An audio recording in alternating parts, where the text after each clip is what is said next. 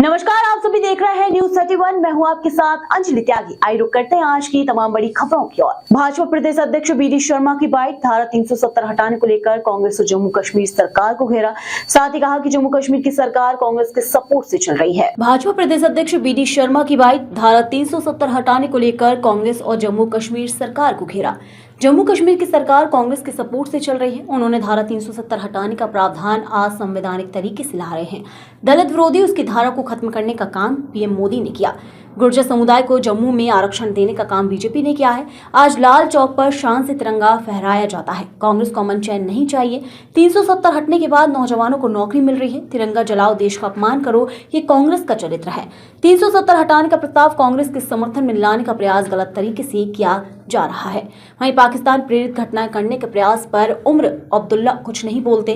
कांग्रेस घाटी की शांति को भंग करना चाहती है। लोकतंत्र की बहाली कर पीएम ने शांतिपूर्वक चुनाव करवाए।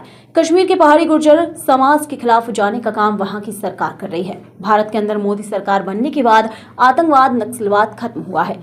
वहीं उनके जाने से जनता वोट काट देती है। वे सनातन विरोधी हैं। कटनी में हुई घटना को लेकर कि गुड्स करने का अधिकार न व्यक्ति न पुलिस को है। ऐसी घटना को लेकर कार्यकर्ताओं को आगाह किया जाता है।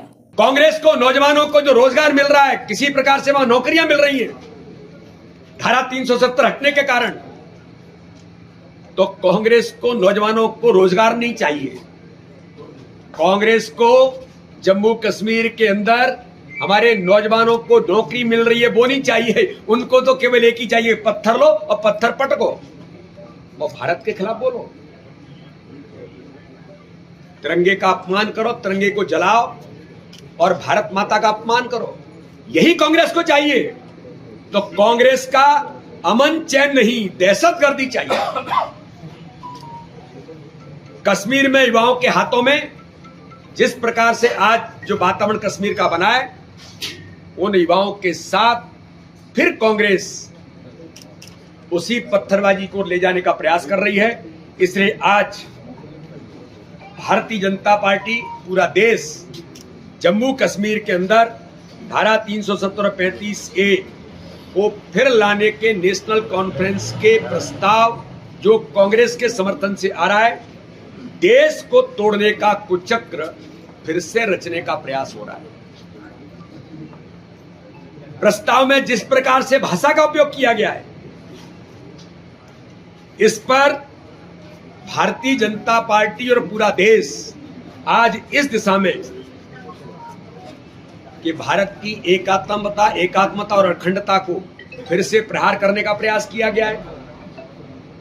इसलिए यह कांग्रेस और नेशनल कॉन्फ्रेंस के राष्ट्र विरोधी जो एजेंडा है, शेख अब्दुल्ला से लेकर के उमर अब्दुल्ला तक भावनात्मक ब्लैकमेल करना नेशनल कॉन्फ्रेंस की दिनचर्या बन गई है।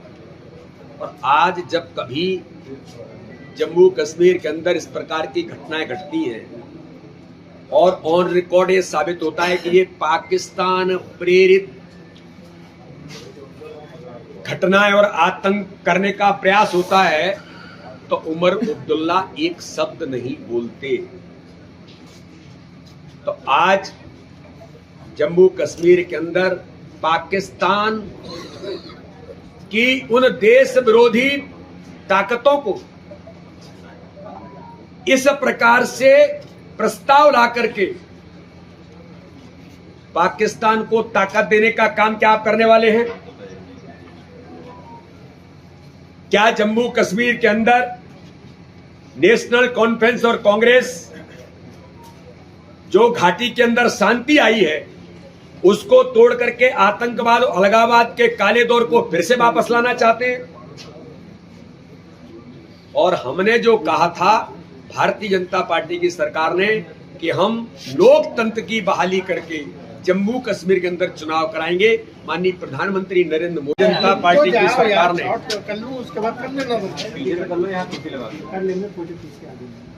माननीय प्रधानमंत्री नरेंद्र मोदी जी ने भारतीय जनता पार्टी के बहुप्रतीक्षित संकल्प धारा 370 हटाने का जो भारतीय जनता पार्टी का संकल्प था, जब अटल बिहारी वाजपेयी जी प्रधानमंत्री बने थे तो उन्होंने कहा था कि मेरी सरकार बहुमत की सरकार होती तो मैं सबसे पहले धारा 370 हटाता। और प्रधानमंत्री मोदी जी के नेतृत्व में जब प्रचंड बहुमत की सरकार बनी तो भारत का बहुप्रतीक्षित और ऐतिहासिक निर्णय धारा 370 हटाकर जम्मू कश्मीर के अंदर संपूर्ण देश को एक सूत्र में बांधने का काम भारतीय जनता पार्टी की सरकार ने माननीय प्रधानमंत्री नरेंद्र मोदी और देश के हमारे गृह मंत्री माननीय अमित शाह जी ने उस संकल्प को पूरा किया। लेकिन दुर्भाग्य है कि जम्मू कश्मीर की विधानसभा में नेशनल कॉन्फ्रेंस की सरकार जो कांग्रेस के समर्थन से चल रही है, धारा 370 और 35A को हटाने के लिए जो प्रयास और जो प्रस्ताव लाने का प्रयास किया गया असंवैधानिक तरीके से, ये साबित करता है कि कांग्रेस इस देश के अंदर राष्ट्र विरोधी और जो बार बार संविधान की बात करते हैं, संविधान विरोधी और दलित विरोधी धारा 370 के अंदर प्रावधान है कि अगर कोई सफाई कर्मी अनुसूचित जाति का भाई वहां है तो जिंदगी भर सफाई कर्मी ही रहेगा।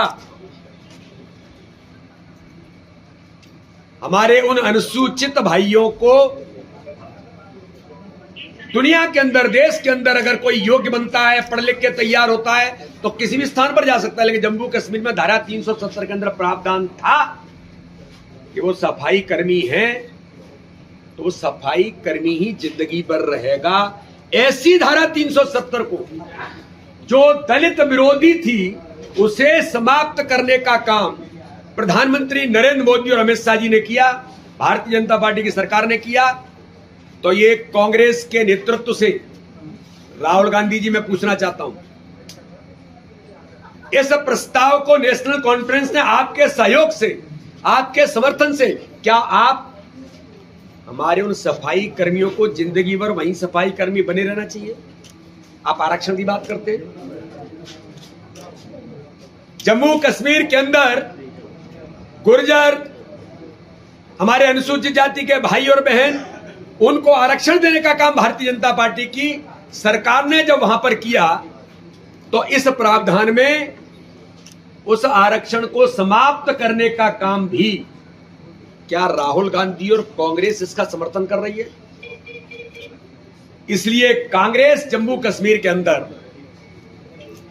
आप सबको मीडिया, पूरा देश ने देखा है कि जम्मू कश्मीर श्रीनगर के लाल चौक पर जहां तिरंगे का अपमान होता था, वहां अगर आज शान और शौकत के साथ तिरंगा भी फहरता है और श्रीनगर की घाटी में गांव-गांव में तिरंगा फहरता है और अमन चैन के साथ धारा 370 हटने के कारण जब चुनाव में भी जम्मू कश्मीर जाता है तो जहां 5% वोट मिलता था, आज जनता लोकतंत्र में विश्वास करके जम्मू कश्मीर के अंदर 50% से ज्यादा मतदान होता है। तो कांग्रेस को अमन चैन नहीं चाहिए।